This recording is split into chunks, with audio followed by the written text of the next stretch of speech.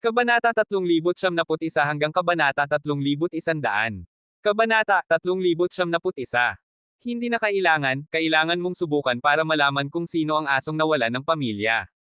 Biglang nagmula ang isang walang emosyong boses mula sa kabundukan, pagkatapos ay ang mga figure ay tumalon papunta sa langit, lumitaw sa kawalan na nasa harap ng mga makapangyarihang batang binata ng mga demonyo tulad ng hari ng langit na Xuanzihao. Ang tao na si Yehan, bakit siya narito? Ang mga batang malalakas na mandirigma ng mga daemon ay tumutok ang kanilang mga mata.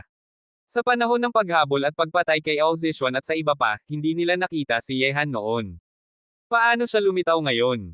Nakita ang pagdating ni Yehan, isang kakaibang kulay ang kumislap sa matalim na mga mata ng hari ng langit na Xuanzihao, at ngumisi siya ng malamig at nagsabi, akala ko sino pa ang may ganitong lakas ng boses, ikaw pala, Yehan, mukhang dumating ka rito sa pamamagitan ng dambana ng tadhana, hindi ba?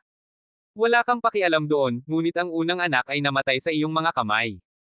Ang katawan ni Yehan ay puno ng masamang presensya, at sina Ao Zishuan at ang iba pa ay malamig na tinitingnan ang pangkat ng mga batang binata ng mga demonyo. Sila ay hinahabol at pinapatay ng kabilang panig na napakasakit, at ilang beses na silang muntik ng mamatay. Sinasabi mo ba ang gagamba mula sa royal na pamilya ng Pavo Real? Ngumisi ang hari ng langit na Xuanzihao, ang hari ng langit na ito ay 2 galaw lamang ang ginamit para patayin siya, at wala siyang kakayahan. Gusto mong maghayganti para sa kanya. Mabuti na rin na gusto ring makilala ng hari ng langit na ito kung ano ang espesyal sa sikat na si Yehan sa buong mundo. Gusto ko ang iyong ulo. Lumakad palabas si Yehan, ang kanyang katawan ay puno ng intensyon na makipaglaban at pumatay, at ang buong mundo ay napuno ng isang nakakatakot na aura ng pagpatay. Maging maingat ka, nasa tuktok na siya ng dakilang hari ng Daemon. Bumalan si Ao Zishuan sa likuran, ang tuktok ng dakilang hari ng Daemon ay katumbas na ng tuktok ng isang mataas na antas na banal na hari. Ito ang ikalawang pagkakataon na makikipagharap sa ganitong nakakatakot na batang malakas na mandirigma. Marahil, hindi nahihintayin ng Juzi ang araw na siya mismo ang papatay sa iyo, dahil ang hari ng langit ay puputulan ang alamat ngayon. Ngumisi ang hari ng langit na Xuanzihao, pagkatapos ay lumakad siya palabas habang binabatikos ang kanyang 3 tuldok na sandata, huwag kayong kikilos, sa laban na ito, gusto kong patayin siya ng patas. Sinabi na walang galaw ang mga batang malalakas na mandirigma ng mga daemon, at ang hari ng langit na Xuanzihao ay halos isa sa pinakamalakas na batang malakas na mandirigma sa mga henyo sa ilalim ng 100 taong gulang sa mga daemon. Kahit si Wang Chui ay hindi mapaglakas loob na magsalita ng ganito. Anong karapatan meron ka? Ang dalawa ay lumakad sa kalangitan at lumapit sa isa't isa. Bagamat hindi pa sila nakikipaglaban, ang nakakatakot na intensyon na makipaglaban at pumatay ay nagbanggaan na. Ang karapatan ng hari ng langit na ito ay nagmumula sa tuktok na lakas ng dakilang hari ng Daemon. Sa isang iglap na may ngisi, ang hari ng langit na Xuanzihao ay gumalaw na, at ang nakakatakot na 3 tuldok na sandata ay malakas na ibinagsak patungo kay Yehan. Ang lakas ng isang hampas ay madaling sumabog sa kawalan, at maraming mga bitek ang kumalat sa nakapalibot na kawalan. Matapang na nakatayo sa kawalan si Yehan, siya ang una na naramdaman ang marahas na lakas na napakalakas na maaaring sirain ang kanyang katawan kasama ng kawalan na ito. Ang lakas ng dakilang hari ng Daemon sa tuktok nito ay talagang walang katulad. Sa lahat ng malalakas na batang mandirigma sa lungsod, ang antas ng lakas na ito ay itinuturing ng isa sa pinakamalakas na grupo ng mga tao. Pigilan ng mga daemon. Sa isang mababang sigaw, parang hiyaw ng isang dragon at isang tigre, ang liwanag ng mga Diyos at demonyo ay lumitaw sa mga braso ni Yehan na mga braso ng Diyos at demonyo, at ang lakas ng mga sinaunang Diyos at demonyo ay dumating. Sa nakapalibot na kawalan, may mga nakakatakot na larawan ng mga sinaunang Diyos at demonyo na umaalingaw-ngaw, ang puwersa ay yumuyugyog sa mundo. Gayunpaman, kung ikukumpara sa paggamit ng braso ng mga Diyos at demonyo sa labas, ang larawan ng mga sinaunang Diyos at demonyo na lumalabas mula sa kawalan ay mukhang mas matibay kapag ginagamit ang mga braso ng mga Diyos at demonyo sa lungsod ng tadhana sa sandaling ito, na nagbibigay ng pakiramdam na malapit sa pisikal na anyo ng tao. Sa ganitong uri ng pagtawag, ang lakas ng braso ng demonyo ni Yehan ay natural na hindi nakatulad ng dati. Sa isang iglap nang dumating ang lakas ng mga sinaunang Diyos at demonyo, ang mga braso ni Yehan na mga braso ng Diyos at demonyo, parang isang kamaong ikinababahala ng mundo, ay malakas na sumuntok patungo sa nakakatakot na 3 tuldok na sandata. Sa sandaling iyon, sa ilalim ng mga mata ng nakapalibot na mundo, ang mga kamao at sandata ay nagbanggaan ng husto. Ubos. Isang nakakatakot na alon ng mga hangin na sumisira ay kumalat palabas, at isang malaking butas ang nabutas sa kawalan ng makapangyarihang mga pag-atake ng dalawa. Ang alon ng mga hangin na sumisira ay kumalat, at sina Ao Zishuan at ang iba pa, pati na rin ang mga batang malalakas na mandirigma mula sa mga demonyo, ay lahat ay tinabig palabas sa mundong ito. At sa gitna ng labanan, si Yehan at ang hari ng langit na Xuanzihaw ay tumakbo paatras ng husto. Sa isang hampas lamang, parehong naramdaman ng dalawang panig kung gaano kalakas ang isa't isa. Tunay nga namang ang braso ng mga Diyos at Daemon, isang simpleng suntok ay makakapagpabalik sa hari ng langit na Xuanzihaw.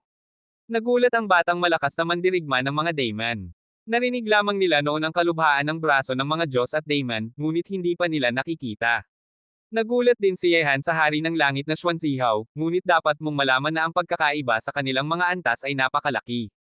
Si Yehan ay may braso ng mga Diyos at Daemon, at ang kanyang antas ay tumaas na sa tuktok ng larangan ng mga immortal. Hindi ko talaga alam kung gaano kalakas ang kanyang kasalukuyang lakas sa paglaban. Hinangaan ito ni Xiao Zhongmo sa kanyang puso, bagamat mas mahina si Yehan kaysa sa kanila sa aspeto ng antas, ngunit sa aspeto ng kakayahan sa paglaban, iniiwan na siya ng malayo si Yehan. Ang braso ng mga Diyos at Daemon, talagang nararapat sa ang-alan nito. Sa ibabaw ng kawalan, ibinatikos ng hari ng langit na Xuanzihaw ang tridente sa kanyang kamay, itinuro ito paitaas sa langit, at nagsabi ng may malamig na ekspresyon, gayunpaman, hindi ko alam kung ang braso ng mga Diyos at Daemon na ito na sumisira sa mundo ay makakapigil sa tatlong tuldok na Yemo Shenchon ng hari ng langit. Nagsabi si Yehan, naririnig ko na may apat na dakilang hari ng langit sa mga malalakas na batang binata sa ilalim ng 100 taong gulang sa mga demonyo, lahat sila ay labis na malakas at makapangyarihan, ngunit makikita ngayon, karaniwan lamang. Labis na mapagmataas, Night Demon Godfort, estilo ng paglilibing ng Daemon. Wow! Kabanata 3072. Ang nakakatakot na liwanag ng mahika ay parang dagat ng mga demonyo na umaabot sa langit. Ang lakas ng tatlong tuldok na sandata sa kamay ng hari ng langit na Xuanzi ay dumating ng marahas, at ang batas sa pagitan ng langit at lupa ay dumating. Ito ay isang labis na makapangyarihang batas ng pagpatay sa mga demonyo sa mga Daemon. Mabilis na pinaghiwa-hiwalay ang katawan ng kalaban, kung isasama sa isang nakakatakot na ultimong galaw, magiging mas makapangyarihan pa ito.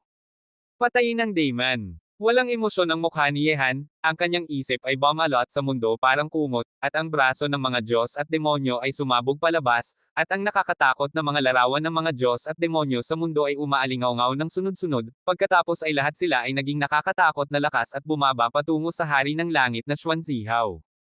Ubos. Sa isang iglap, ang langit at lupa ay puno ng lakas na sumisira, sinisira ang lahat sa loob ng 1 kilometrong sakop, at ang kawalan ay nagagalit. Huminga si Yehan ng 2 hakbang paatras, naging mapatla ang kanyang mukha, at isang bahid ng pula ang lumabas sa sulok ng kanyang bibig. Yehan. Nakita na si Yehan ay nasugatan, sina Ao Zishuan, Xiao Zhongmo at ang iba pa ay nagulat ang mukha, ngunit kailangan din nilang aminin na ang hari ng langit na Xuanzihaw ay talagang nakakatakot, tiyak na hindi ito kayang labanan ng karaniwang batang malakas na mandirigma. Hehe, mukhang ang Yehan ng mga tao ay puro tsamba lang. Pagkatapos ng 2 galaw, nasugatan siya ng hari ng langit na Xuanzihaw. Sa lakas na ito, paano niya makakaya na makipagkompetensya sa mga higanti ng ating lahi? Ngumisi ang batang malakas na mandirigma ng mga Daemon. Kung hindi kayang talunin ni Yehan ang hari ng langit na Xuanzihaw, kung gayon ang alamat na figure ay nasikat sa buong mundo ngayon ay mamamatay sa kamay ng hari ng langit na Xuanzihaw. Tao na si Yehan, ito na ba ang iyong lakas?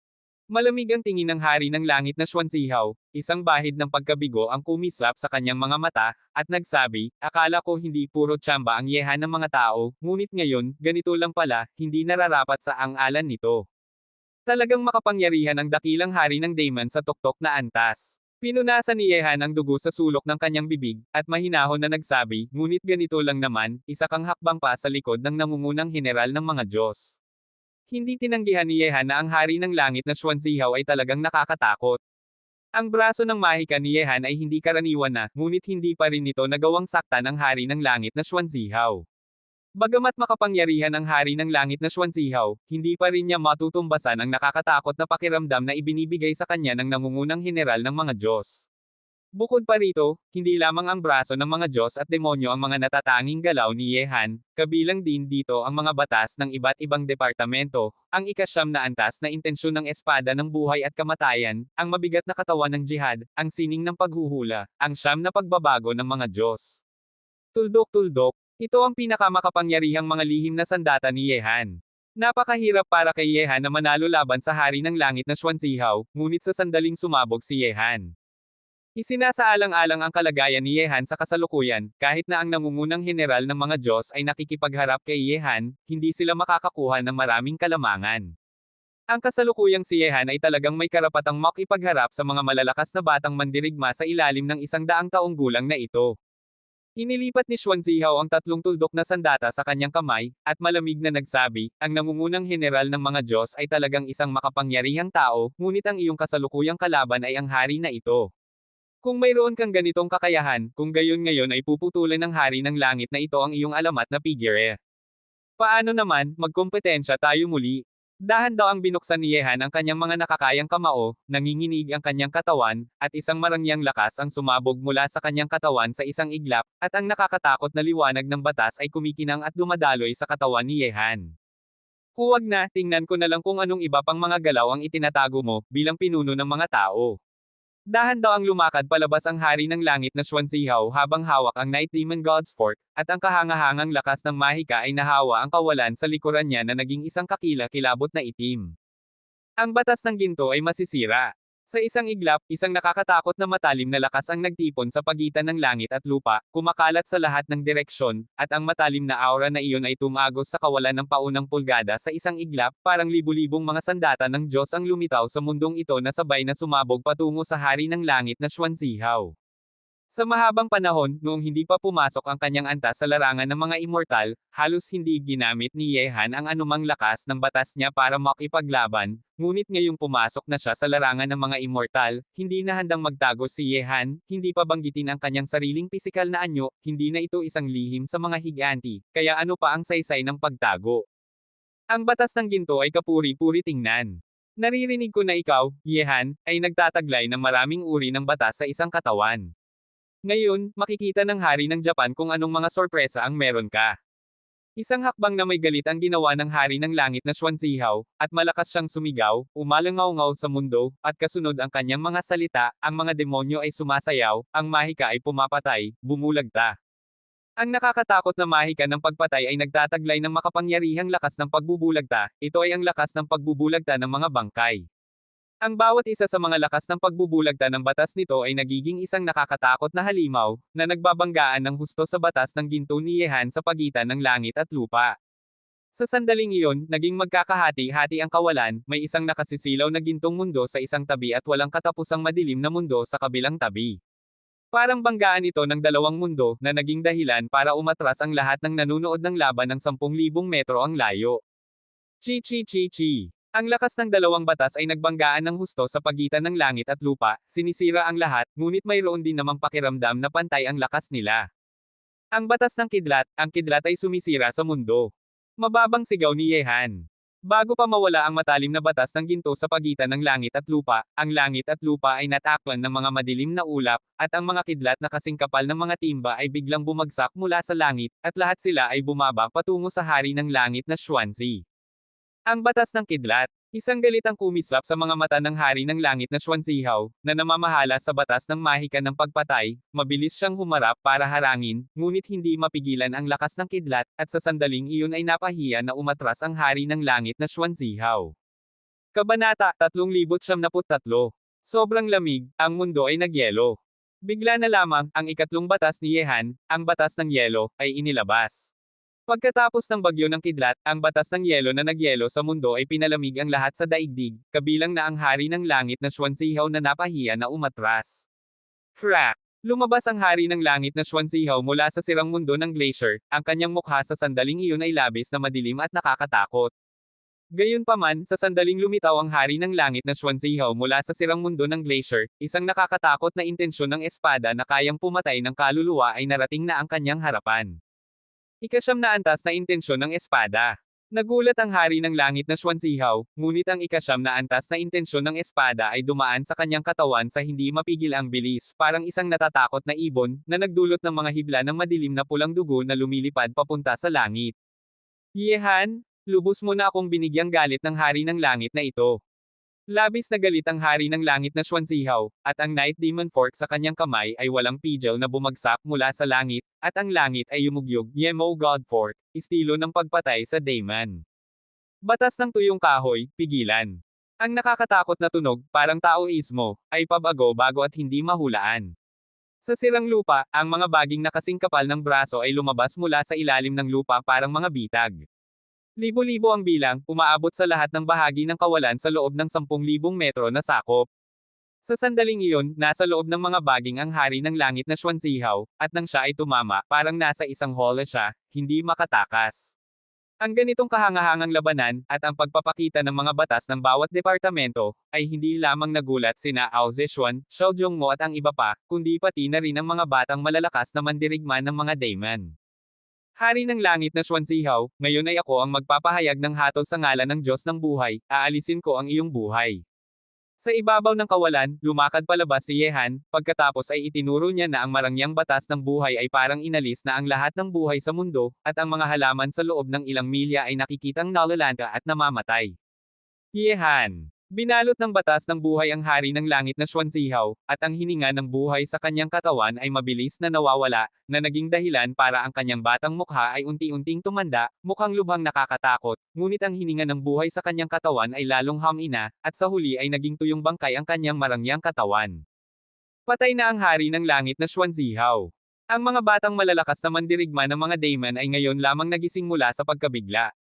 Nakita nila ang walang buhay na hari ng langit na Xuanzihaw, at lubos silang natakot sa kanilang mga puso. Ang hininga ng buhay sa katawan ng hari ng langit na Xuanzihaw ay ganap na tinanggal ni Yehan. Kapag nawala na ang hininga ng buhay, natural na hindi na makakapagpatuloy ng buhay ang lahat ng nilalang. Ang hari ng langit na Xuanzihaw sa kasalukuyan ay nawala ng lakas ng buhay na pinilit na binuhan ni Yehan mula sa kanyang katawan. Gayunpaman, talagang nakakatakot ang lakas ng hari ng langit na Xuanzihaw. Nang hindi gamitin ang siyam na pagbabago ng Zushen, kailangang gumamit si Yehan ng iba't ibang lakas ng batas para unti-unting mapahamak siya, para makahanap siya ng pagkakataong patayin ang kalaban. Takasan. Nakita ang pagkamatay ng hari ng langit na Xuanzihaw, paano pa matitigas ang loob ng mga gising na batang binata ng mga daemon na manatili pa, at lahat sila ay naging liwanag ng mahika at tumakas papunta sa malayo. Maaari namang patayin ni Yehan kahit ang hari ng langit na Xuanzihaw, kaya natural na kayang niyang patayin sila kung gusto niya. Huwag nang sundin pa. Ibinatikos ni Yehan ang kanyang kamay para itigil sina Ao Zeshuan at ang iba pa na handang sundin. Pinatay niya ang hari ng langit na Xuanzihaw, at kailangan niyang hayaan itong makauwi ang mga taong ito para magpadala ng liham sa higanti ng mga daemon. Kung sino mang nais na patayin siya, anuman pang pinuno ng mga daemon, kailangan silang magbayad ng halaga. Hanggat maalis ang mga nangungunang pinuno na ito, ang natitirang mga daemon ay may limitadong banta lamang sa mga tao. Kahit ang hari ng langit na Xuanzihaw ay namatay sa iyong mga kamay. Talagang hindi matukoy ang lalim ng iyong lakas ngayon. Sinulyapan ni Xiao Zong si Yehan, bagamat alam nilang lahat na hindi karaniwan si Yehan at may espesyal na pisikal na anyo, at hindi isa lamang ang lakas ng batas na kanyang taglay, ngunit ilan nga ba ang lakas ng batas na kinokontrol ni Yehan? Anong mga uri ng batas pa ang mayroon siya na hindi alam ng sino man?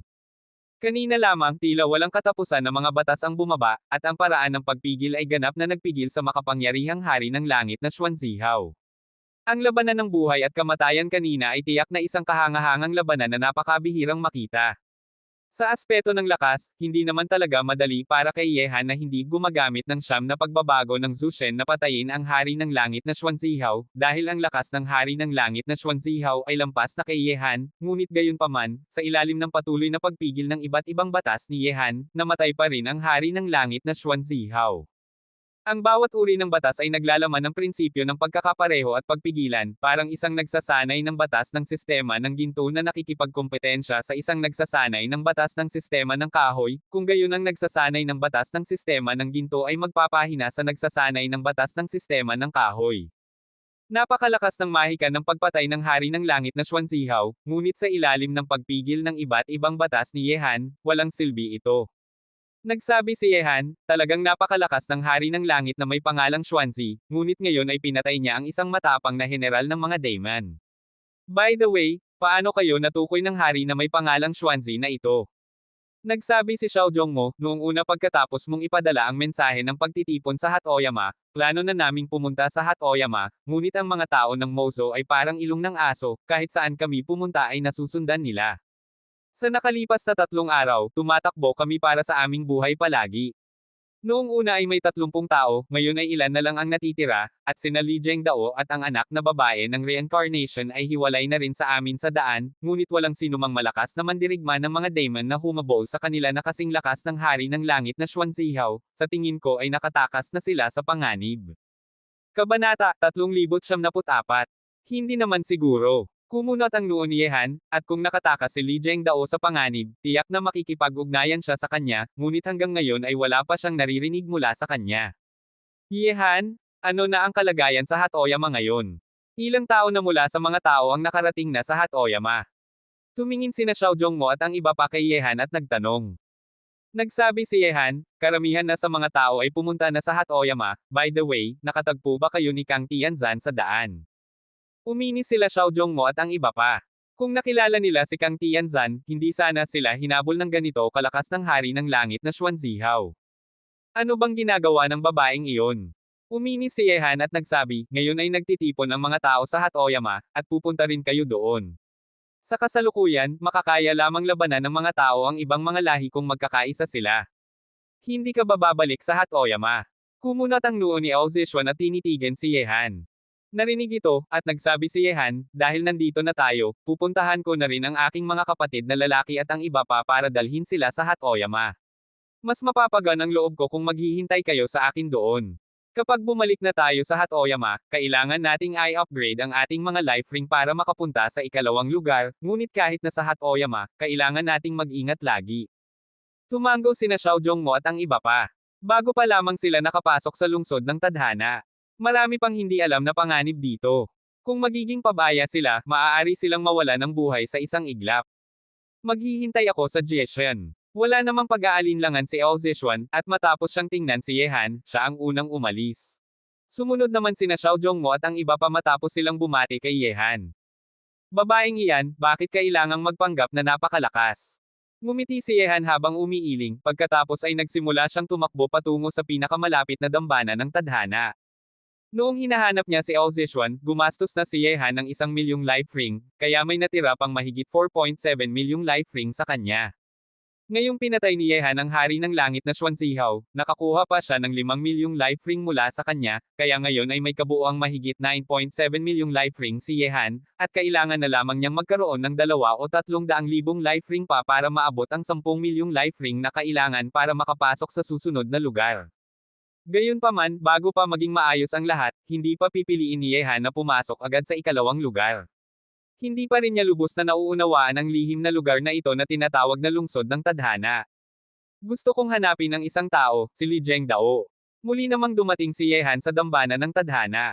Narinig ito, at mahinahong nagsabi ang estatwa, hindi ko maipapadala sa iyo ang taong hinahanap mo, o ipadala ka sa kanya, ngunit maaari kitang ipadala sa pinakamalapit na lugar sa kanya. Bakit? Kumunot ang noo ni Yehan, hindi niya pinapansin na kukuha sila ng life ring mula sa kanya. Ang iyong tanong ay lampas na sa sakop ng aking maipapaliwanag. Walang emosyon na nagsabi ang estatwa, at agad na nawala ang katawan ni Yehan mula sa dambana ng tadhana. Nagagalit ang kawalan, at nang muling lumitaw ang figure ni Yehan, nakarating na siya sa ibang kakaibang lugar. Tumingin siya sa lupa sa ilalim ng kanyang mga paa, at hinanap niya ang lugar na ito sa mapa. Ito ay nasa sakop ng Tiaingong. Kumunot ang noo ni Yehan. Napunta pala si Li Zhengdao sa lugar na kontrolado ng mga Diyos, ngunit may distansya pa rin ang lugar na ito mula sa punto ng pagtitipon ng mga Diyos, at hindi ito nasa sentro ng Tiaingong. Agad na naglakbay ang clairvoyance ni Yehan para suriin ang nakapalibot na mundo parang kumot. Bagamat hindi direktang maipapadala ng dambana ng tadhana si Yehan kay Li Zhengdao, maaari itong ipadala siya sa pinakamalapit na lugar sa kanya. Kaya naman, tiyak na nasa malapit lang si Li Zhengdao. Gayunpaman, matapos maghanap si Yehan sa loob ng 12-dosenang milya, isang bangin ang nakakuha ng pansin niya, dahil ang clairvoyance ni Yehan ay hindi makakakita ng buong bahagi ng bangin. Isang hindi alam na lugar ba ito? Nagulat ang mukha ni Yehan. Noong siya ay nasa tore ng espada, sinabi ng Invincible Sword Master na may ilang hindi alam na mga bagay, lugar, at tao sa lungsod ng tadhana, at walang bangin na nakamarkahan sa mapa. Parang liwanag na lumipad si Yehan papunta sa lugar ng bangin. Ito ay Tiaingong, lugar ng mga Diyos, kaya hindi kayang hanapin ni Yehan si Li Zhengdao ng may ingay. Bagamat tiwala si Yehan sa kanyang sarili, kapag siya ay naharap o kahit na binigyang pagkakataong salakayin ng mga nangungunang master ng mga Diyos, maaari siyang mapahamak sa Tia Inggong na ito. Sa tuktok ng bangin, tumayo si Yehan at tumingin pababa. Ang bangin ay walang hanggan at natatakpan ng mga ulap at hamog, at kahit ang clairvoyance ni Yehan ay hindi makakakita ng kung ano ang nasa loob. Parang may isang makapangyarihang puwersa na pumipigil dito sa dilim na hinihigpit ang lahat ng puwersa na tumingin. Sa mapa ng lugar na ito, nakita na ni Yehan kanina. Markado sa mapa na ang lugar na ito ay dating isang bundok, hindi isang bangin, ngunit ang nakikita naman ni Yehan ngayon ay isang tunay na bangin. Mukhang ito nga ang hindi alam na lugar na sinasabi ng Invincible Sword Master. Wala itong ganitong lugar sa mapa. Hindi naman nakakagulat na kahit ang dambana ng tadhana ay hindi makapagpadala sa akin diretso sa tabi ng taong hinahanap ko. Ngunit ano nga bang kakaiba sa hindi alam na lugar na ito? Ilan pang hindi alam na lugar ang mayroon sa lungsod ng tadhana? Ilan pang hindi alam na mga bagay ang narito? Ilan pang hindi alam na tao ang narito? Kabanata 375. Isang ganitong pag-iisip ang dumaloy sa isip ni Yehan, at agad na tumalon siya pababa sa bangin at patuloy na bumababa papunta sa ilalim nito.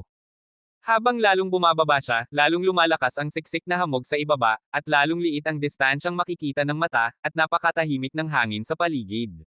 Ganito na lamang, sa bilis ni Yehan, tumagal ng halos 5 minuto bago niya maabot ang ilalim ng bangin. Ang lalim ng bangin na ito ay hindi bababa sa 10,000 metro. Bukod pa rito, ang makapal na hamog sa ilalim ng lambak ay parang ulap, at lubhang nahadlangan ang paningin ni Yehan. Saan ba ito naruroon? Hindi ko lang ma-survey gamit ang aking clairvoyance, kundi pati na rin ang espiritual na pakiramdam ng isang nagsasanay ay hindi makakakita ng lahat. Kumikislap ang mga mata ni Yehan, pagkatapos ay patuloy na naglakad patungo sa ilalim ng lambak. Mula sa itaas ng bangin, ang bangin ay kakaunti lamang milya ang haba, ngunit naglakad na si Yehan dito ng mahigit kalahating oras, ngunit hindi pa rin niya maabot ang ilalim ng lambak.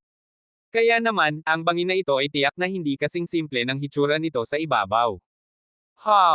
Bigla na lamang, sunod-sunod na kakaibang lakas ang kumalat mula sa makapal na hamog sa harapan ni Yehan sa sandaling iyon. Ang lakas na iyon ay naglalaman ng nakakatakot na puwersang sumasalungat. Inabot ni Yehan ang kanyang kamay para hawakan ang hangin sa harapan niya. May isang di nakikitang pader ng hininga sa hangin, at sa sandaling hawakan ni Yehan ang pader na iyon, siya ay tinabig pabalik. Wow! Isang bibig ng dugo ang pamatak mula sa bibig ni Yehan, at natakot siyang tumingin sa harapan. Ang di nakikitang puwersang sumasalungat na ito ay madaling nasugatan siya. Sino ang nagtakda ng hadlang na ito? Pinunasan ni Yehan ang dugo sa sulok ng kanyang bibig, at isang bahid ng takot ang kumislap sa kanyang mga mata. Sa kabutihang palad, hindi niya pinilit na lampasan ang puwersang sumasalungat na ito kanina. Kung hindi, maaaring hindi na lamang sugat ang maramdaman niya ngayon. Ito ay isang pambihirang hadlang. Pumunta si Yehan sa harapan ng di nakikitang hadlang, at hindi na siya sinubukang lampasan pa ito. Ang hadlang na ito ay tiyak na itinakda ng isang nakakatakot na malakas na mandirigma, at ang hadlang na ito ay lubhang lihim. Sa sandaling siya ay tinabig kanina, naramdaman ni Yehan na ang ganitong uri ng hadlang ay hindi pa niya nakikita noon, parang ito ay maaaring mag-iral ng mag-isa nang hindi umaasa sa anumang bagay sa mundo. Maaari bang ito ay isang hadlang na itinakda dito ng isang malakas na mandirigma noong unang panahon? Matapos silang obserbahan ng ilang sandali, hindi pa rin mahanap ni Yehan ang paraan para sirain ito. Ang hadlang na ito ay medyo katulad ng paraan ng pag-aaral ng mga sinaunang Diyos at demonyo sa braso ng mga Diyos at demonyo. Ang paraan ng pag-aaral na ito ay lubhang naiiba sa paraan ng pag-aaral sa kasalukuyang panahon. Ang panahon kung kailan umiral ang mga sinaunang Diyos at demonyo ay mula na sa nakaraang panahon. Ito ay isang dakilang panahon kung kailan umunlad ang Taoismo at magkakaribal ang lahat ng mga paraan. Hindi ito maihahambing sa kasalukuyang panahon. Ngunit paano nawala ang nakaraang panahon sa mahabang kasaysayan? Bakit hindi naipasa ang lahat ng makapangyarihang Taoismo noong panahong iyon? Walang sino mang alam ang sagot dito. Noong una, ang mga paraan ng pag-aaral ng mga susunod na henerasyon ay mga pangkaraniwang sanggunian lamang sa mga paraan ng pag-aaral noong unang panahon. Hindi pa rin nila maabot ang tuktok ng kasaganaan ng panahon ng mga sinaunang Diyos at demonyo. Hindi na kailangang banggitin ang iba pa, noong panahon ng mga sinaunang Diyos at demonyo, sa nakaraang panahon, umiral ang isang larangan ng immortalidad na lampas sa antas ng emperador ng langit. Ngunit sa kasalukuyang panahon, ang pinakamalakas ay ang mga nasa antas ng emperador ng langit. Walang sino mang nakapasok pa sa larangan ng walang hanggang buhay. Ang mga higanti ng iba't ibang lahi ay patuloy pa ring naglalakbay sa landas para hanapin ang larangan ng walang hanggang buhay. Kapatid, pumasok ba siya dito? Tumingin si Yehan sa di nakikitang hadlang at kumunat ang noo, ngunit kahit siya ay hindi makapasok sa makapangyarihang hadlang na ito. Paano naman nakapasok si Li Zhengdao? O baka naman hindi pa talaga nakapasok si Li Zhengdao dito? Bigla na lamang, habang iniisip ni Yehan ang tanong na ito, ang hadlang sa harapan niya ay biglang nanginginig ng hindi matatag, na naging dahilan para ang buong ilalim ng lambak ay yumugyog, at mga piraso ng bato mula sa bangin ay patuloy na bumabagsak. Ano ang nangyayari? Tumingin si Yehan paitaas patungo sa tuktok ng bangin, pagkatapos ay kakaibang tumingin siya sa di nakikitang hadlang sa harapan niya, ang di nakikitang hadlang na ito ay lumalakas ng lumalakas. Bagamat hindi ito makikita ng mga mata, nararamdaman ni Yehan na patuloy itong lumalakas. Sipol. Bigla na lamang, isang nakakatakot na liwanag ang sumabog mula sa ilalim ng lambak na natatakpan ng hadlang. Ang sinag na iyon ay napakasilaw na diretso itong umakyat sa langit, parang nais nitong bumutes ng butas sa kalangitan. At habang ang sinag na iyon ay umakyat sa tuktok ng langit, ang di nakikitang hadlang ay biglang nabasag, at kahit na ang makapal na ulap sa ilalim ng lambak ay nalinis. Nakita ito, hindi na nanatili si Yehan sa ilalim ng lambak, kundi tumakbo paitaas papunta sa ibabaw ng bangin. Sa susunod na saglit, sa gitna ng sumasabog na nakasisilaw na liwanag, isang banal na hari ang lumitaw. Ngunit sa pagitan ng langit at lupa, ang hangin at ulap ay umaalingaw-ngaw, at ang kidlat ay agad na nagtipon. Kabanata 396. Ito ay banal na pagsubok. Isang bahid ng pagkabigla ang kumislap sa mga mata ni Yehan, may isang tao na malapit ng lampasan ang banal na pagsubok. Sipol. Gayunpaman, habang pa rin namamangha si Yehan sa paglitaw ng banal na hari, at nang dumating na ang banal na pagsubok, isa pang nakasisilaw na liwanag ang umakyat mula sa ilalim ng lambak, pagkatapos ay ang sinag na ito ay nagbago sa kawalan at naging isang napakarangyang banal na hari. Ang dalawang banal na hari ay matapang na nakatayo sa kawalan, na may walang katapusang banal na lakas na pumipigil sa mundo. Dalawang banal na pagsubok, maaari bang dalawang tao ang sabay na dumadaan sa banal na pagsubok? Lalong lumakas ang pagkabigla sa mga mata ni Yehan, ngunit ang banal na pagsubok ay isang pagsubok na tanging mga nagsasanay na tao lamang ang makakaranas. Ibig sabihin, ang dalawang taong malapit nang dumaan sa pagsubok ay mula sa mga tao. Gayunpaman, hindi ito mabuting bagay para sa dalawang henyo ng mga tao na dumaan sa banal na pagsubok sa lugar na kontrolado ng Tia Inggong ngayon. Kapag ang mga batang malalakas na mandirigma ng mga Diyos ay makialam, magiging problema ito. Ang dalawang banal na pagsubok ay nangangahulugang dalawang tao ang sabay na dumadaan sa pagsubok, napakabihirang makita ito. Tumingin si Yehan paitaas sa kalangitan sa ibabaw niya. Sa sandaling iyon, ang lugar na ito ay natatakpan ng makapal na madilim na ulap, nagtitipon ng mga kidlat, at naging lubhang nakakatakot ang kapaligiran sa pagitan ng langit at lupa. Hindi ito madaling gawain na malampasan ang banal na pagsubok. Tanging kapag nalampasan mo ang pag-atake ng banal na pagsubok at sa huli ay maupo sa trono ng banal na hari, susuportahan ka ng mundo bilang banal na hari. Sugod. Bigla na lamang, nang mangyari ang ganitong pagbabago sa pagitan ng langit at lupa, dalawang figure ang lumabas mula sa ilalim ng lambak, at magkasama silang naglakad patungo sa gitna ng langit at lupa na puno ng banal na pagsubok. Isang lalaki at isang babae sila. Ang lalaki ay makisig at magiting, puno ng marangal na kabutihan. At ang babae naman ay napakaganda na bihira makita sa mundo. Pagkasama sila, parang isang perpektong pares sila. Sila sina Li Zhengdao at ang anak na babae ng reinkarnasyon. Ngunit sa sandaling iyon, pareho silang malapit ng dumaan sa banal na pagsubok para maging banal na hari. Kapatid, nakita na lumitaw ang dalawa, ngumiti si Yehan. Alam na niya na sina Li Zhengdao at ang anak na babae ng reinkarnasyon ang dumadaan sa banal na pagsubok. Siyempre, hindi na makakatulong pa iyon, bagamat hindi alam ni Yehan kung ano ang naranasan ni Li Zhengdao at anak na babae ng reinkarnasyon sa ilalim ng lambak, ngunit tiyak na isang malaking pagkakataon iyon, kung hindi man ay hindi sila mabilis na ma-promote sa larangan ng banal na hari. Ikatlong kapatid. Nakita rin ni Li Zhengdao at anak na babae ng reinkarnasyon si Yehan, at ngumiti si Li Zhengdao at nagsabi, dahil narito ka na, maaari na kaming magpakasawa ng dalawa. Nagsabi si Yehan, kapatid, basta't ikaw ay dumaan sa banal na pagsubok, ibigay na sa akin ang iba pa. Sige, pagkatapos ng banal na pagsubok, uusap na tayo muli.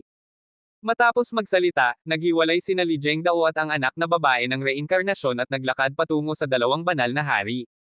Sa isang iglap, ang nakakatakot na kidlat ay bumagsak at naging dalawang banal na dragon na binubuo ng kidlat. Ito ang dragon ng banal na pagsubok. Bawat nagsasanay na dumadaan sa banal na pagsubok ay kailangang lampasan ang yugtong ito. Tanging kapag sinira ang banal na dragon ay malalampasan ang banal na pagsubok. Sana kayong dalawa ay ligtas. Malalim na huminga si Yehan, pagkatapos ay tumingin siya sa bahaging ito ng langit at lupa. Malaki ang epekto ng paglalampas sa banal na pagsubok. Sa kasalukuyan, ito ay lugar ng Tia Inggong. Kapag napansin ng mga batang malalakas na mandirigma ng mga Diyos ang pangyayari dito, tiyak na pupunta sila para suriin ito. Sa oras na iyon, magkakaroon ng labanan ng buhay at kamatayan sa mga Diyos. Sina Li Zhengdao at ang anak na babae ng reinkarnasyon ay dumadaan sa banal na pagsubok, kaya hindi hahayaan ni Yehan na makagambala ang mga tao ng mga Diyos. Urong. Ang nakakatakot na tunog ng pag-ungal ng dragon ay umalangaw-ngaw sa buong mundo, at sa ilalim ng banal na pagsubok, ang dalawang banal na dragon ay sumisira ng mundo at dumating ng galit patungo kina Li Zhengdao at anak na babae ng reinkarnasyon. Howran Sword Intent, patayin. Kinuha ni Li Zhengdao ang kanyang espada, at isang intensyon ng espada na kahit si Yehan ay nabigla ay sumabog palabas, halos sirain ang nakakatakot na banal na dragon sa isang hampas lamang. Ngunit bagamat hindi natamba ng espada ni Li Zhengdao ang banal na dragon, unti-unting humina naman ang lakas nito. Supreme Sword Intent. Isang kakaibang kulay ang kumislap sa mga mata ni Yehan.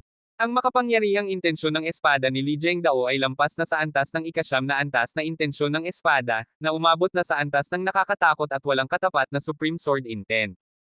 Ding! Kabanata 397. Sa gabi, ang tunog ng kudyapi ay umalangaw-ngaw, at ang banayad na tunog nito na may dalang tunog ng pagpatay ay kumalat sa mundo. Ang anak na babae ng reinkarnasyon ay may hawak na kudyapi sa kanyang bisig, ang kanyang mga kamay na parang jade ay kumikislap, at sa bawat kwerdas ng kudyapi, may isang nakakatakot na pag-atake ng pagpatay na tumutugon sa banal na dragon, kaya hindi ito makalapit sa kanya. Ang dalawang taong ito ay napakatakot na kahit pa hindi pa sila pumasok sa banal na hari. Kapag naupo na sila sa posisyon ng banal na hari, hindi ko alam kung gaano kalakas ang kanilang lakas. Lihim na humanga si Yehan. Tiyak na nakakuha ng malaking pagkakataon sina Li Zhengdao at ang anak na babae ng reinkarnasyon sa ilalim ng lambak. Urong-urong. Bigla na lamang, may isang nakakatakot na aura na humampas mula sa langit at lupa. Ang aura na ito ay naglalaman ng nakakatakot na liwanag ng liwanag, at unti-unting papalapit sa lugar kung saan sila Yehan. Dumarating na sila. Lumingon si Yehan para tingnan, ang kanyang mga mata ay kumuripot parang linya, hindi na kailangang hulaan kung sino ang darating. Sa maikling panahon, sa kawalan na tinitingnan ni Yehan, sunod-sunod na lumitaw ang mga figure, mahigit 30 malalakas na batang mandirigma mula sa mga Diyos ang bumaba, at hindi bago kay Yehan ang pinuno. Seminaryo, Taiyin Division. Yehan? Ikaw nga pala. Tumingin si Taiyin Division kay Yehan na humahadlang sa harapan, kumislap ang kanyang mga mata. Ang Yehan ay napunta pa sa lugar ng Tia Inggong. Hindi ba ito pagpapasakit sa sarili?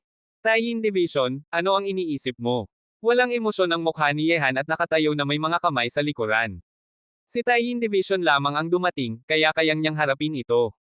Kung dumating din ang unang emperador, hindi siya sigurado na makakaya niyang harapin ang mga makapangyarihang kaaway na ito. Yehan, hindi mo ba alam na ang Tia Inggong na ito ay nasa lugar na kontrolado ng ating mga Diyos?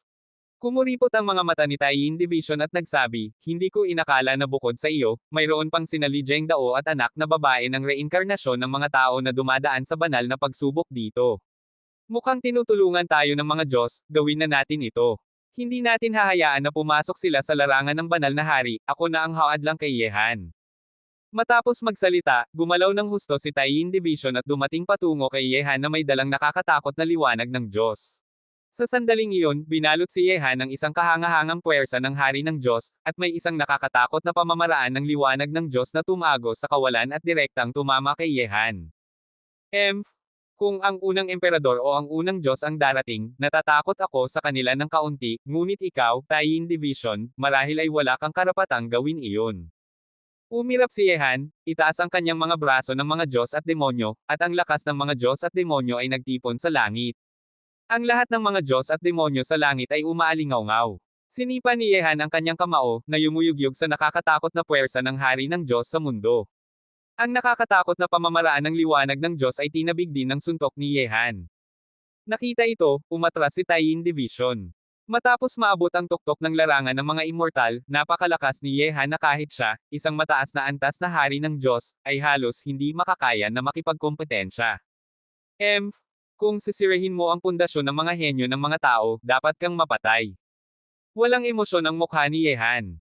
Matapos niyang pilit na paatresin si Taiyin Division gamit ang isang suntok, ang mga batang malalakas na mandirigma ng mga Diyos ay nauna ng pumunta patungo kina Li Zhengdao at anak na babae ng reinkarnasyon.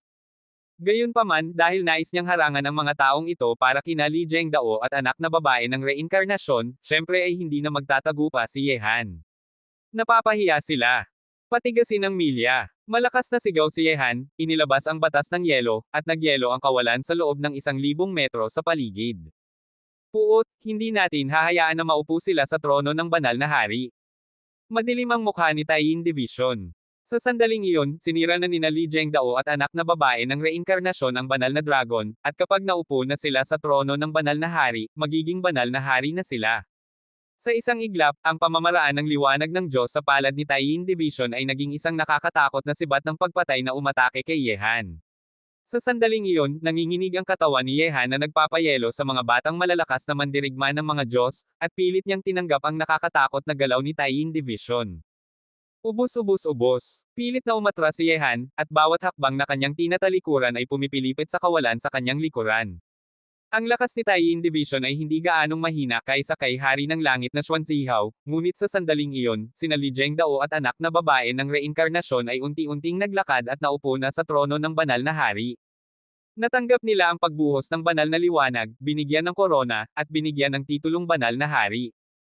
Ang trono ng banal na hari ay lumitaw mula sa kawalan, isang upuan parang upuan ng dragon, kung saan may ukit na 5 kuko na gintong dragon at isang phoenix na muling isinilang mula sa abo, puno ng karangalan. At sina Li Zhengdao at anak na babae ng reinkarnasyon ay naupo na sa 2 trono ng banal na hari sunod-sunod. Ang banal na liwanag ay bumababa at nagbabasbas sa kanilang makalupang katawan. Ang mga tingin nila ay parang isang emperador na kumokontrol ng buhay at kamatayan ng lahat ng nilalang, ang langit at lupa ay hindi maaaring labagin. Matagumpay ang pagbuhos, at sina Li Zhengdao at anak na babae ng reinkarnasyon ay ngayon ay mga malalakas na banal na hari. Gayunpaman, habang nakaupo sila sa trono ng banal na hari, ang kanilang mga aura ay hindi tumigil sa paunang antas ng banal na hari.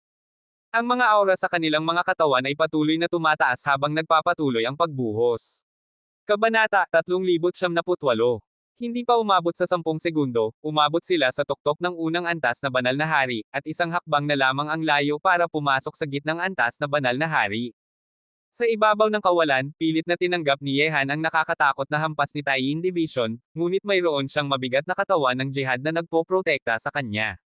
Bagamat ang hampas ni Taiyin Division ay nagdulot sa kanya ng pakiramdam na muntik nang mapalipat ang kanyang mga loob, hindi naman ito nagdulot ng malaking pinsala sa kanya.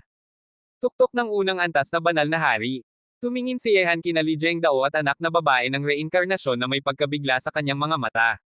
Napakabihirang makita na ang isang bagong dating na banal na hari ay maaaring direktang ma-promote sa tuktok ng unang antas na banal na hari. Puot, pinayagan nating magtagumpay ang 2 taong ito. Madilim ang mukha ni Taiyin Division. Parehong pumasok sa larangan ng banal na hari sina Li Zhengdao at anak na babae ng reinkarnasyon, at isang hakbang na lamang ay umabot sila sa tuktok ng unang antas na banal na hari. Sa mga tao, walang alinlangan na dadagdag pa ng 2 nakakatakot na batang malalakas na mandirigma. Mga Diyos, hindi magandang gawain na makialam dito habang ibang tao ay nag-aangat ng kanilang lakas. Susunod, mararanasan ninyo ang lakas ng mga batang malalakas na mandirigma ng mga Diyos. Sa trono, lumakad palabas sina Li Zhengdao at anak na babae ng reinkarnasyon, ang kanilang mga mata ay parang nais na pigilan ang lahat ng mga batang malalakas na mandirigma ng mga Diyos na narito. Sa susunod na saglit, ang nakakatakot na Supreme Sword Intent ay inilabas, parang liwanag ng espada na kayang sirain ang lahat ay kumalat sa mundo. Sa ilalim ng espadang iyon, ang kawalan ay agad na napunit na parang isang kakila-kilabot na gasgas, na direktang kumalat hanggang sa mga batang malalakas na mandirigma ng mga Diyos. Ding! Ang tunog ng kudyapi ay tumunog, at hawak ng anak na babae ng reinkarnasyon ang kudyapi sa kanyang palad, at ang kanyang mga kamay na parang jade ay kumikislap. Sa mga kwerdas na kanyang hinipo, may isang nakakatakot na lakas ng pagpatay na naging mga tala ng pagpatay, na dumating na parang ulan patungo sa mga batang malalakas na mandirigma ng mga Diyos. Hindi mabuti. Na-atake sabay ni Li Zhengdao at anak na babae ng reinkarnasyon, natakot ang mga batang malalakas na mandirigma ng mga Diyos at mabilis na umatras sa kalangitan. Gayunpaman, gaano man katalas at walang katapat ang Supreme Sword Intent ni Li Zhengdao, sa sandaling iyon ay direktang pinatay niya ang 5 batang malalakas na mandirigma sa larangan ng mga batang hari ng Diyos. Kahit na ang mga unang antas na hari ng Diyos ay nadapuan ng Supreme Sword Intent ni Li Zhengdao ay seryosong nasugatan. At ang mga tala ng pagpatay ng anak na babae ng reinkarnasyon ay hindi rin karaniwan. Ang bawat tala ay nagtataglay ng nakakatakot na lakas ng pagpatay. Hindi mapigilan ng mga unang antas na hari ng Diyos ito. Bukod pa rito sa pag-atake ng mga tala niya, ang pinakamakakatakot na bagay tungkol sa anak na babae ng reinkarnasyon ay ang lakas ng reinkarnasyon, ngunit bihira niya itong gamitin.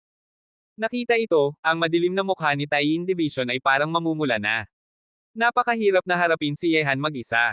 Ngayong napakalakas na nina Li Zhengdao at anak na babae ng reinkarnasyon matapos silang makapagbago ng kanilang lakas, paano kayang makakalaban ng mga batang malalakas na mandirigma ng mga Diyos na dumating dito ang tatlo nilang magkakasama?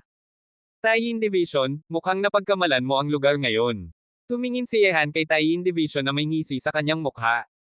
Kung kayang patayin niya ang nangungunang batang malalakas na mandirigma ng mga Diyos na ito, mababawasan ang mga pinuno ng mga Diyos. Ang lakas ng Taiyin Division na ito ay sunod lamang sa nangungunang general, at makakaya niyang makipagkompetensya kina Xu Chaoj at iba pa mula sa Xinwu Academy. Yehan, talagang hindi kita pinahahalagahan ng sapat, ngunit ito ay nasa lugar ng Tia Ingong. Sa tingin mo ba ay kasing simple ng iniisip mo? Malamig na nagsabi si Taiyin Division, ang inyong mga tao ay ang pinakamahinang lahi sa lungsod ng tadhana. Gusto kayong patayin ng lahat ng mga lahi ng una. Dahil pumasok kayo sa sakop ng Tia Ingong, huwag kayong umaasa na madaling makakalabas dito. Narinig ito, kumunat ang noo ni Yehan. Sa kanyang pagmamasid, may mga mahinang pag-ilid na naririnig mula sa nakapalibot na kawalan. May mga taong darating dito sa pamamagitan ng dambana ng tadhana. Matapos mag-isip, nagbago ang ekspresyon ni Yehan at nagsabi, "Kapatid, tere na tayo." Matapos magsalita, sumabog ang ikasyam na antas na intensyon ng espada ng buhay at kamatayan ni Yehan, at ang nakakatakot na lakas nito ay pilit na nagpapa-atres sa Taiyin Division na humahadlang sa kanila sa isang iglap. Sinundan nila ang mga hakbang ni Yehan at tumakas patungo sa malayo. Ngunit sa sandaling iyon, sa kawalan sa likuran ni Yehan, sunod-sunod na lumitaw ang mga figure. Kabilang dito ang nangungunang general na si Yang Erlang, sina Chu Tianpong, Yu Chungang, Taiyin Division, at iba pang mga batang malalakas na mandirigma na kasabay ng nangungunang general. Mabilis kayong tumakas, sundin natin sila. Ngumisi ang nangungunang general ng mga Diyos habang tinitingnan ni Yehan at sinamahan ang mga batang malalakas na mandirigma ng mga Diyos para habulin sila sa isang iglap. Nang dumating si Yehan sa Tia Ingong, tiyak na gagawin ng mga Diyos ang lahat para alisin si Yehan bilang isang malakas na kaaway. Kapag nawala ng isang Yehan ang mga tao, mas madaling harapin ang iba pa sa Heavenly Burial. Kapatid, pumunta tayo sa dambana ng tadhana para umalis sa Tia Ingong. Nagpadala ng mensahe si Yehan kay Li Zhengdao. Ilang milya sa kanilang likuran, ang mga batang malalakas na mandirigma ng mga Diyos ay naghahabol at nagtatangka silang patayin. Sa loob lamang ng ilang minuto, nakarating na ang tatlo ni Yehan sa pinakamalapit na dambana ng tadhana. Kailangan naming pumunta sa Hat Oyama. Wala nang oras si Yehan para makipag-usap pa sa estatwa. Ang hanay ng mga malalakas na mandirigma ng mga Diyos na naghahabol ay napakatakot. Kahit na magsama-sama pa sila tatlo, mahirap nilang pigilan sila. 3 tao, 3 milyong life ring. Matapos marinig ang walang emosyong boses ng estatwa, agad na nawala ang tatlo ni Yehan mula sa dambana ng tadhana. Sa oras na dumating ang nangungunang general ng mga Diyos at iba pang malalakas na mandirigma ng mga Diyos, tanging nakita na lamang nila ang pag-alis ng tatlo ni Yehan mula sa dambana ng tadhana. Kabanata 3,900. Mabuti na lang. Sa sakop ng Hat Oyama, muling lumitaw ang tatlo ni Yehan. Kung huli pa sila ng isang hakbang, maaari na silang mapasailalim sa pagkubkob ng nangungunang general at iba pang malalakas na mandirigma. Ligtas na tayo. Malalim na huminga si Yehan at nagsabi, "Kapatid, bakit kayo napunta sa lugar ng Tia Ingong? Doon kasi ang mga Diyos. Ano naman ang nasa ilalim ng bangin na iyon? Hinabol din kami ng mga daemon, kaya napasok namin ng hindi sinasadya ang lugar ng Tia Ingong." Nagsabi si Li Zhengdao, tungkol naman sa bangin. Maaari na nating sabihing biyaya ito ng Diyos. Maling pumasok kami ni Samsara sa bangin at napunta sa isang maliit na mundo, nakakuha kami ng malaking kapalaran, at mayroon pang 2 mana mula sa mga sinaunang emperador ng langit doon. 2 mana mula sa mga sinaunang emperador ng langit. Nagulat si Yehan. Ang mana ng mga emperador ng langit ay mula sa mga sinaunang emperador ng langit pa. Napakalakas ng alok na iyon. Nagsabi ang anak na babae ng reinkarnasyon, ang dalawang sinaunang emperador ng langit ay isang mag-asawa, kaya angkop na tanggapin namin ni Zheng Dao ang kanilang mana. Kung hindi dahil dito, hindi kami makakapagbago ng lakas para pumasok sa larangan ng banal na hari ng mabilis, at kahit na direktang maabot ang tuktok ng unang antas na banal na hari. Hindi pa namin ganap na natutunaw ang mana ng dalawang ninuno, ngunit siguradong makakatulong ito sa amin na makapagbago ng lakas para maabot ang tuktok ng mataas na antas na banal na hari. Mana ng dalawang sinaunang emperador ng langit. Hindi pa rin napapakalma ang pagkabigla sa puso ni Yehan. Hindi niya inakala na may ganitong malaking kapalaran sa lungsod ng tadhana. Hindi nakakagulat na gustong pumasok ng lahat sa lungsod ng tadhana. Hindi nakakagulat na kahit na ang mga mataas na antas na higanti ay gustong pumasok sa lungsod na ito. Ang mana ng emperador ng langit ay halos hindi makikita sa labas, ngunit sa lungsod ng tadhana na ito, hindi sinasadya namang natagpuan ni Li Zhengdao at anak na babae ng reinkarnasyon ito, at ito pa ay mana mula sa dalawang sinaunang emperador ng langit. Siyempre, nagpapakita rin ito na may malaking biyaya at magandang swerte sina Li Zhengdao at anak na babae ng reinkarnasyon, kung hindi man ay hindi makakakuha ng ganitong malaking pagkakataon ang karaniwang tao. Ang hindi alam na lugar, hindi naman nakakagulat na mahirap pumasok dito, kahit na ang dambana ng tadhana ay hindi makakapadala sa akin doon.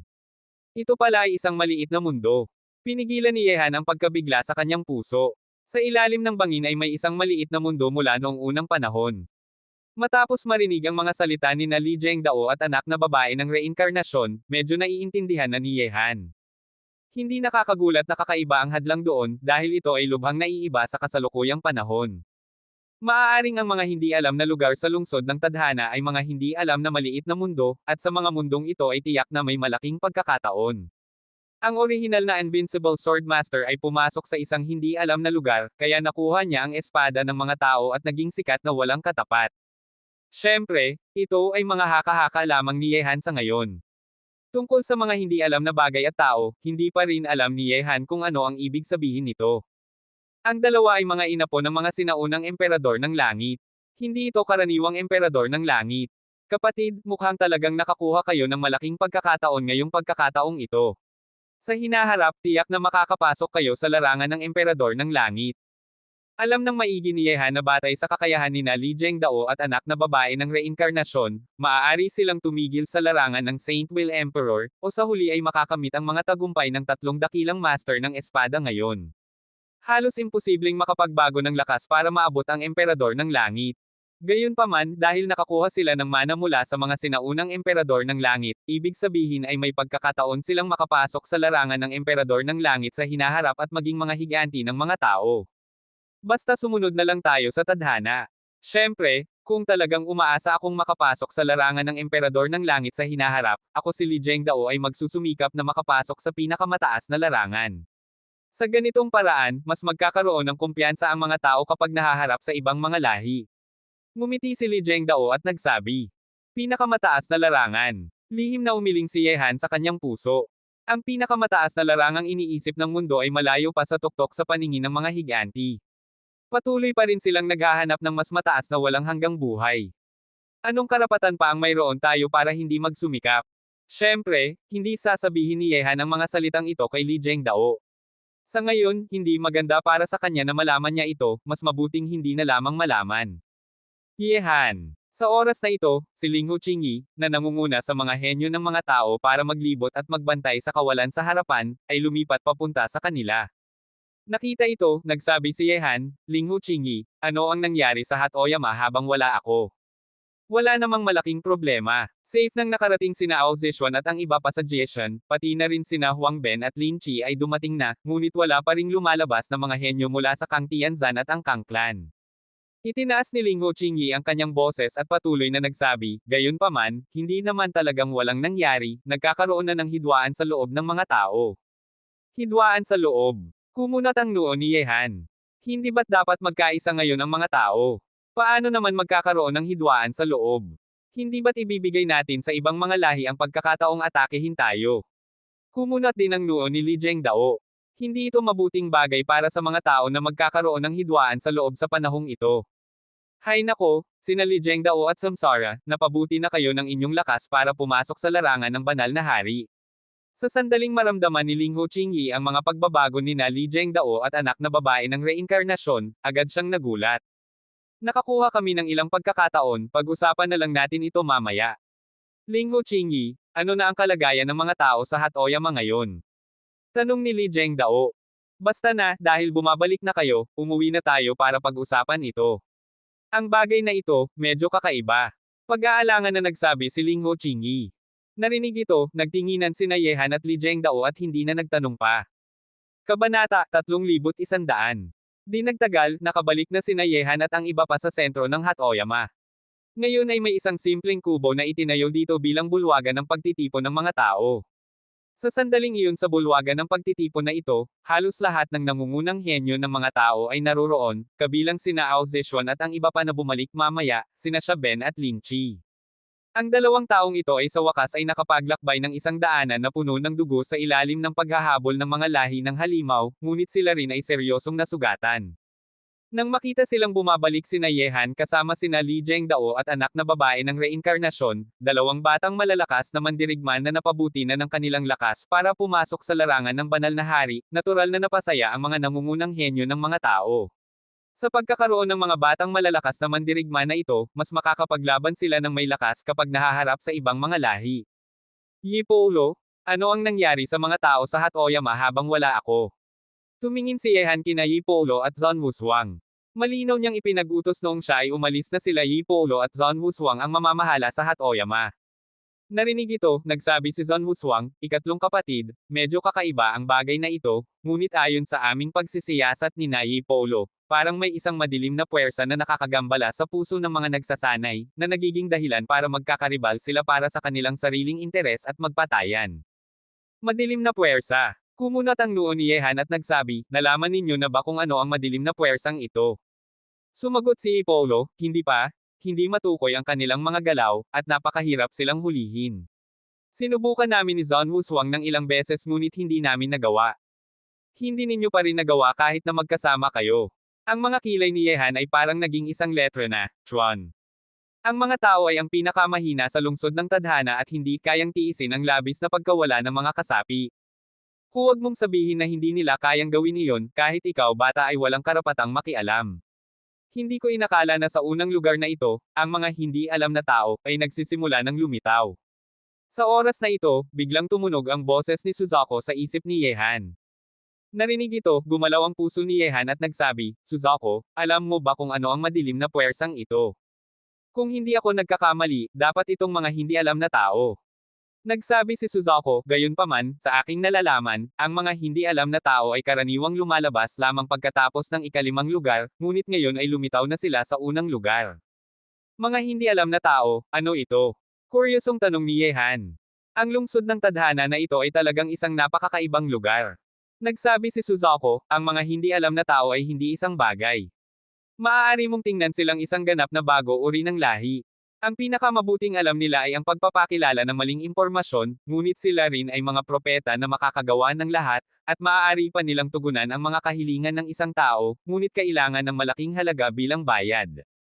Mga hindi alam na tao, pagpapakilala ng maling impormasyon, ganap na bago uri ng lahi, propeta, tumutugon sa bawat kahilingan.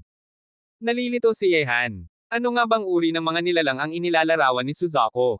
Diyos. Hindi naman parang. Mga daemon, hindi rin. Sinasabi ko sa iyo bata na hindi mo pa alam. Tanging kapag nakipag-ugnayan ka na sa kanila ay malalaman mo kung gaano sila kahirap harapin. Basta na, dahil lumitaw na ang mga hindi alam na tao sa unang lugar, kailangan ninyong mag-ingat lahat. Nagsabi si Suzuko, ang lungsod ng tadhana ay isang lugar ng pag-asa para sa mundo, ngunit ito rin ay isang masamang lugar, at ang mga hindi alam na tao ang dahilan nito. Narinig ito, nagsabi si Yehan, mula sa sinabi mo, kailangang mag-ingat ang lahat na pumasok sa lungsod ng tadhana sa mga hindi alam na tao. Kabilang na ang mga halimaw, daemon, at Diyos. Siyempre naman, sa tingin mo ba na tanging ang mga tao lang ang titingnan ng mga hindi alam na tao? Nagsabi si Suzuko, tungkol sa mga hindi alam na tao, dahan-dahan mong malalaman ang tungkol sa kanila sa hinaharap. Hindi pa angkop na sabihin ko sa iyo ng marami ngayon, dahil kaunti lang din ang alam ko tungkol sa kanila, ngunit gusto kitang babalaan bata, dahil lumitaw na ang mga hindi alam na tao, kailangan mong mag-ingat. Baka isang araw ay may sasaksak sa iyo mula sa likuran. Narinig ito, lumamig ang puso ni Yehan, ngunit hindi siya magdududa sa mga taong nasa kanyang paligid. Kahit na mangyari man ang anumang bagay, ang mga taong kilala niya noon ay pareho pa rin ngayon, ngunit talagang kailangang mag-ingat sa mga hindi alam na tao na sinasabi ni Suzako. Panatilihing nasa mataas na pagbabantay ang mga tao sa Hatoyama. Tumingin si Yehan sa mga nangungunang henyo ng mga tao na naruroon at nagsabi, ang madilim na puwersang ito ay dapat na ang mga hindi alam na tao sa lungsod ng tadhana. Ang pinakamabuting alam nila ay ang paglalako ng mga tao. Huwag kayong maakit para hindi kayo maling patutunguhan. Mga hindi alam na tao. Kumunat ang noo ni Li Zhengdao at nagsabi, narinig ko itong binanggit ng aking ninuno noong una pang lumitaw ang lungsod ng tadhana sa gitnang larangan ng Diyos. Kaunti lang ang nalalaman tungkol sa kanila, ngunit binabalaan akong mag-ingat sa mga hindi alam na tao. Tinatawag silang mga hindi alam na tao, at kilala rin sila bilang mga sisinira, na sumisira sa puso ng mga nagsasanay. Nagsabi rin si Ipolo, narinig ko na rin ang tungkol sa mga hindi alam na tao. Ayon sa mga tala ng aking angkanay, ang mga hindi alam na tao ay lumalabas lamang pagkatapos ng ikalimang lugar. Hindi ko inakala na makikita na natin sila ngayon sa unang lugar. Basta na, mag-ingat kayong lahat. Ang lungsod ng tadhana na ito ay puno ng kakaibang bagay at lihim. Patuloy na nagsabi si Yehan, by the way, ilan na ngayon ang mga tao na nakarating sa Hatoyama? Mga 6,000 tao na lamang. Lumungkot ang mga mata ni Ling Ho Chingy. May 8,000 tao mula sa mga tao ang pumasok sa lungsod ng tadhana, ngunit ngayon ay mga 6,000 tao na lamang ang nakapagtipon sa Hatoyama, at karamihan sa iba ay nasugatan o namatay. Narinig ito, tahimik na nakaupo si Yehan ng ilang sandali at nagsabi, ang ating mga tao ay mas mahina kaysa sa ibang tatlong malalaking lahi, kaya hindi tayo dapat masyadong mawalan ng mga kasapi sa hinaharap. Ang kailangan nating gawin ngayon ay i-upgrade ang ating mga life ring para makapaghanda sa pagpasok sa ikalawang lugar. Maraming paraan para mapabuti ang mga life ring, pumatay ng ibang tao para kunin ang kanilang life ring, tumanggap ng mga gawain sa dambana ng tadhana para makakuha ng gantimpala ng life ring, o swertehin na makakita ng mga kayamanang may life ring. Ngunit para sa atin, ang pinakamabisa at ligtas na paraan ngayon ay ang tumanggap ng mga gawain sa dambana ng tadhana. Kung maglalabanan tayo ng diretso sa ibang lahi, hindi tayo makakakuha ng kalamangan. Tahimik na tumango ang mga nangungunang henyo ng mga tao. Napakalakas ng lakas ng ibang tatlong malalaking lahi. Ang mga henyo na pumasok sa 36 na lalawigan ng gitnang larangan ng Diyos at 12 lihim na lugar ay napakalakas din, at ang mga tao ang pinakamahina sa kanila. Matapos ipamahagi ang mga gawain, ang mga nangungunang henyo ng mga tao na sina Yi Polo, Ling Hu Qingyi, Zhon Wushuang, kabilang sina Xia Ben at Lin Chi na mga tauhan ni Yehan, at ilang mahahalagang general ng mga hari ng langit ay naglakbay na isa-isa, bawat isa ay nangunguna ng isang pangkat ng mga henyo ng mga tao para pumunta sa dambana ng tadhana at tumanggap ng mga gawain.